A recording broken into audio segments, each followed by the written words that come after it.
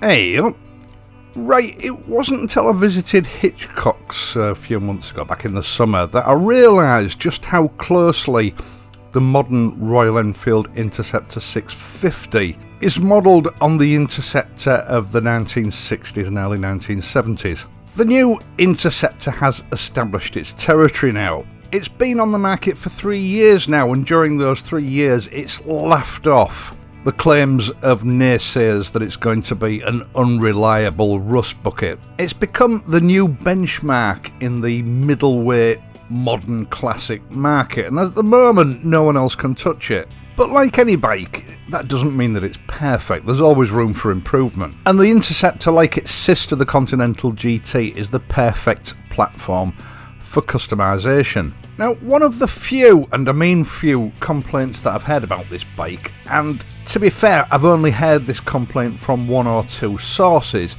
is that the mudguards or fenders are made from plastic. The slightly upturned edges on this mudguard gives a nod to the old days when they were made out of mild steel, and the edges would be rolled to give the mudguard some rigidity, otherwise it'd be flapping about all over the place.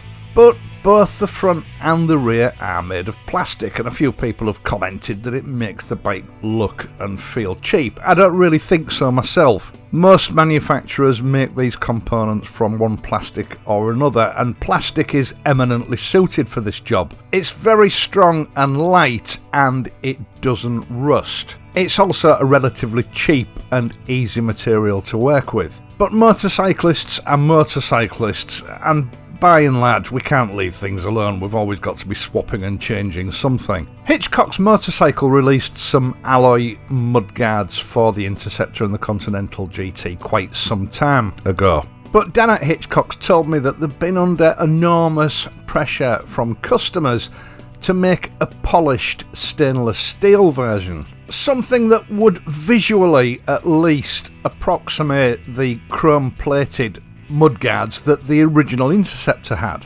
And he pointed out to me that they were very reluctant to do this because, stainless steel is a little bit more expensive than alloy. It's also harder to work with, which substantially pushes production costs up. And basically Hitchcock's were of the opinion that these items would just be too expensive, people wouldn't buy them. But they had so many requests and complaints that they didn't have stainless steel options available that eventually they relented. Now, Hitchcock's have matching options for the front and the rear mudguard.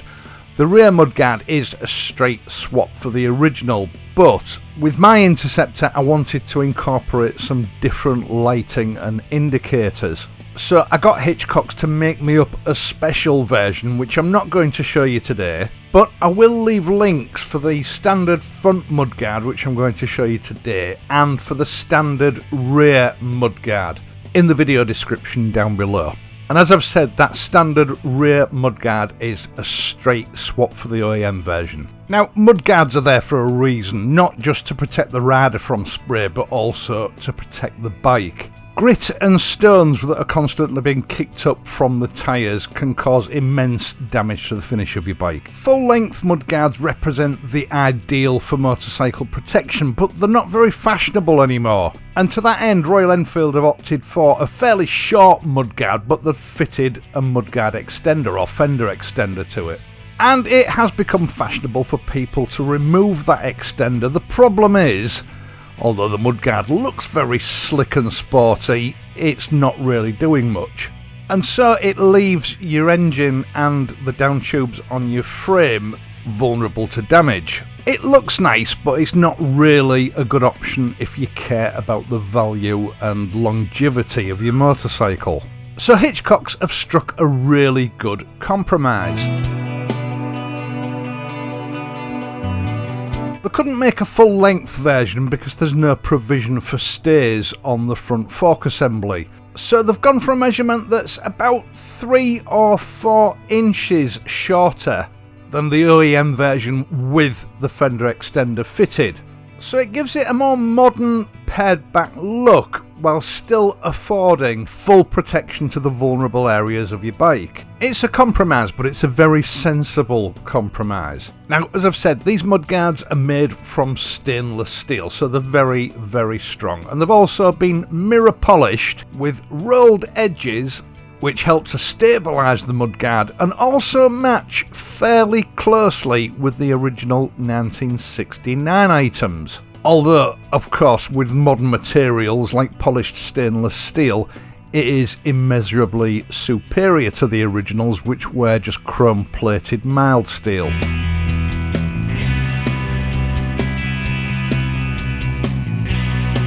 Now, fitting these Hitchcock front fenders is pretty simple and straightforward, really. I'll quickly show you how to do it.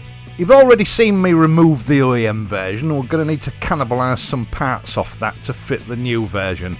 Now, the way that Royal Enfield have configured this is that the mudguard itself is actually sandwiched between the aluminium fork brace and a thin mild steel bracket that's sort of out of sight when it's fitted. Now, it is cut out from very thin sheet steel, and it looks to me like it's been galvanised and then painted, because obviously it is very exposed to damage by corrosion from water and salt and what have you. Now, it was clear to me that the galvanisation had sort of started to bloom a bit, and there was a very tiny amount of rust here and there on it. This is obviously because it's constantly getting stone chips thrown at it, which will punch through those protective layers. My Interceptor is 2.5 years old now, and this kind of degradation is to be expected on components like this on any vehicle at this age. So it makes sense to take steps to halt or slow down this degradation whenever you get the opportunity. For the last few months I've been trying out a new sort of wax oil product from Bilthamber. I'm very impressed with it so far, although a long-term test is required. It dries very firm, which is ideal for the sort of conditions this bracket has to live under. So I gave the bracket a good clean up and gave it 2 or 3 light coats on either side and then allowed it to dry. And it does dry quite quickly, about 20 minutes, and it was firm enough to refit. Again, I'll leave a link in the video description for anyone who's interested in giving this product a try themselves. It can be used anywhere on the bike that is likely to pick up some corrosion. Now, you need to know which is the front and which is the back of the mudguard, and as you can see here, the front of the mudguard is shorter than the back. And it's important that you know that orientation, otherwise you could mess up when you're fitting that internal bracket. Now, the way this works is that the aluminium fork brace simply fits onto the top. It inserts into the holes in the actual mudguard itself. Now, as far as I could tell, there is no back or front to this fork brace. It looked totally symmetrical to me, so I don't think it matters which way around you put it on. And that should leave the threaded sockets protruding through the underside of the mudguard, as you see here.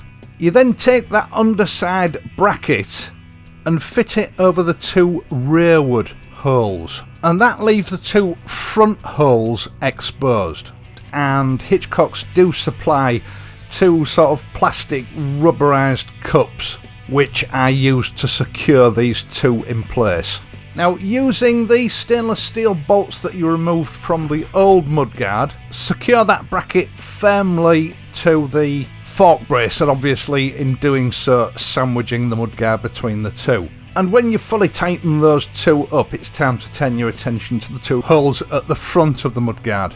Just be aware here, and it's the same when it comes to actually fastening that fork brace back onto the forks. You're screwing stainless steel into aluminium threads. Be careful not to over tighten them.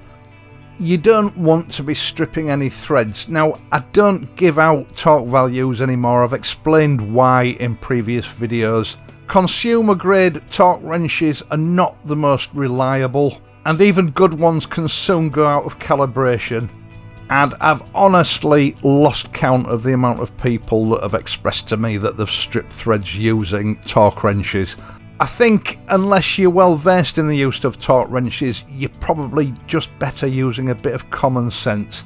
Tighten them up, but don't over tighten them. Now, Hitchcock supply two sort of rubber cups to secure the mudguard to the two front sockets.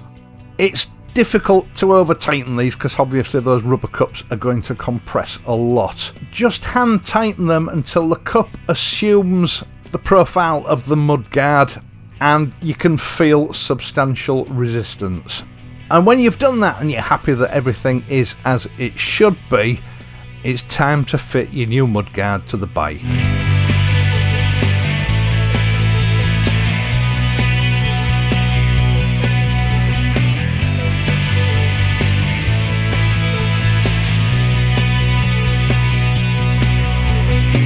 Making sure that you've got it the right way round, turn your mudguard onto its side and carefully insert it between the fork stanchions. Then when you've got it in the right position, swivel it the right way around so that it's the right way up. It then should rest quite easily on top of the threaded sockets on your fork legs. Then taking your 4 bolts, complete with washers, simply fasten it on. Once again, be very careful not to over tighten these screws. Just screw them all the way in until the thread stops and then no more than 1/4 of a turn.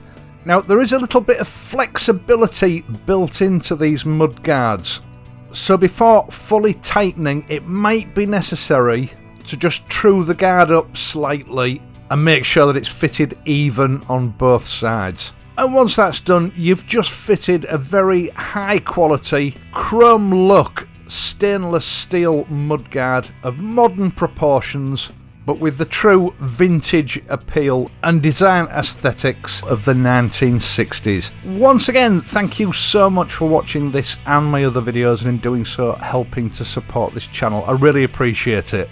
I hope you've enjoyed this video and found it useful. If you have, please leave a like, and if you're not already a subscriber, consider subscribing to the channel. And if you do subscribe, don't forget to hit the notification bell. That's the only way that you will be informed whenever I upload a new video.